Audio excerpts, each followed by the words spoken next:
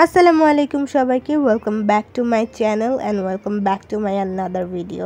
আজকের সকালটাই শুরু হয়েছে এমন বৃষ্টি দেখতে দেখতে, অর্থাৎ আজকের পুরো দিনটাই ছিল একটা বৃষ্টিময় দিন। আর এই বৃষ্টিময় দিনে আমি তোমাদের সাথে শেয়ার করব আমার আব্বুর হাতে স্পেশাল হাঁসের মাংসের রেসিপি। আরে দাঁড়াও, হাঁসের মাংসের রেসিপি তো শেয়ার করবই, কিন্তু তার আগে এই কিউটিদের দেখে নাও, এদেরকে মোটেও ইগনোর করা যাবে না। আমার মিনি দ্বিতীয়বারের মতো মা হয়েছে, আর এবারও সে 3টা বাবুই দিয়েছে, 2টা ছেলে একটা মেয়ে। আর এই দেখো, এই বাবুটা সে থাকতেই চাইছে না, তাকে একটু যে ক্যামেরায় আমি তুলবো সে থাকতেই চাইছে না। আমার মিনির এইবারের বাবুগুলো খুব চালাক চতুর আর খুব বেশি দুষ্ট হয়েছে।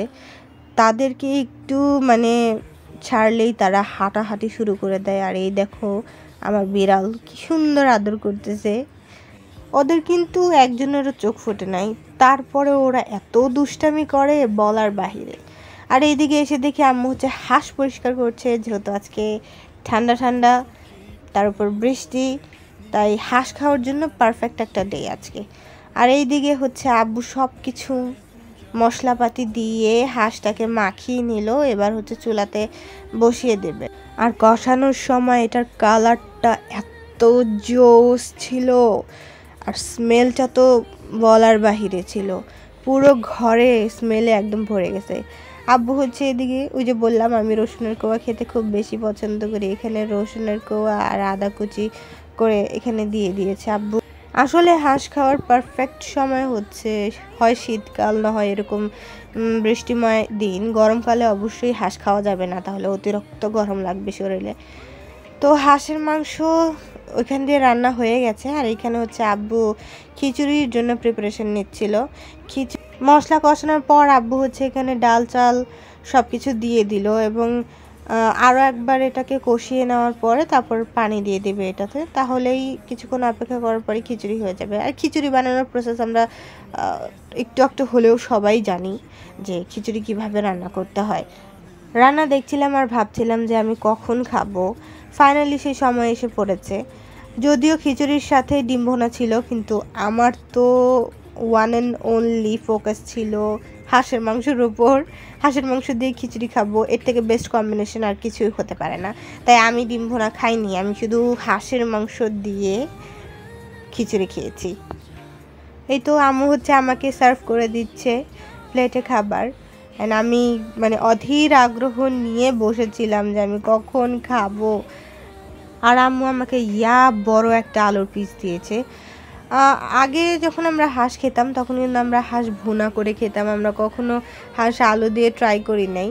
কিন্তু একদিন আব্বু হচ্ছে একদিন আলু দিয়ে রান্না করলো, তারপর দেখলাম যে না, ভালোই লাগে, তোমরাও ট্রাই করতে পারো, ভালো লাগবে তোমাদের আশা করি। আর আলুটা এত সফট ছিল, ধরার সাথে সাথে ভেঙে গিয়েছিল, আর মাংসটাও খুব নাইসলি কুকড হয়েছিল। তারপরে এখানে হচ্ছে আব্বু বিকালবেলা খাওয়ার জন্য আমার আর আমার ভাইয়ের জন্য এখানে হচ্ছে লিচু এনেছিল। আমার ভাই আবার খুব লিচু পছন্দ করে, সে মাশাল্লাহ। আর এখানে দেখেন আমার কুটুক বিড়ালটা, এই বিড়ালটা হচ্ছে মিনির প্রথম বাবু, এটা হচ্ছে ছেলে বাবু, আর আরেকটা হচ্ছে, এটা হচ্ছে মেয়ে বাবু। আরেকটা বাবু আছে, মাশাল্লাহ প্রত্যেকটা বাবু খুব সুন্দর আর এত শান্তশিষ্ট, কথা শুনে ওরা। তো এইখানে হচ্ছে আব্বু বিস্কিটও এনেছিল লিচুর সাথে। সন্ধ্যার সময় হচ্ছে আমি একটু আর্ট করতে বসেছিলাম। প্রতিদিন তো আর্ট করা সম্ভব না, তাই হয়তোবা আমি চেষ্টা করি যে প্রতিদিন না করতে পারি, সপ্তাহে একবার কিংবা 2 সপ্তাহ অন্ততপক্ষে একবার আমার আর্টের চর্চাটা, আর্টের উপর আমার চর্চাটা থাকা উচিত। কেননা প্রত্যেকটা জিনিসেরই প্র্যাকটিসের প্রয়োজন, যতটা প্র্যাকটিস করব ততটাই আমি সেই জিনিসটাতে পারদর্শী হতে পারবো। আর রেগুলার কাজ করলে আমি বুঝতে পারবো যে আমার কোন কোন কাজগুলোতে কি ভুল ত্রুটি আছে, সে সব কিছু আমি বুঝতে পারবো। তাই আমি চেষ্টা করি যে অন্ততপক্ষে প্রতিদিন না হোক, একবার হলেও যেন সপ্তাহে আমি আমার এই আর্টটাকে গুরুত্ব দিই। তো এইখানে হচ্ছে আমি একটা পদ্ম ফুল টাইপের একটা আর্ট করছিলাম। আর এই দেখো, আমার আর্ট এখানে অলমোস্ট কমপ্লিট। তোমরা কমেন্ট করে জানিও কিন্তু যে কেমন হয়েছে আর্টটা। আর আজকের ভিডিওটা দেখে যদি তোমাদের একটু হলেও লোভ লেগে থাকে আমার আব্বুর হাঁসের মাংসের রেসিপি দেখে, তাহলে অবশ্যই আমার চ্যানেলটাকে সাবস্ক্রাইব করে দিও। আমি আরও মজার রেসিপি নিয়ে আসবো আমার আব্বুর হাতের। আজকের মতো এখানেই টাটা, বাই।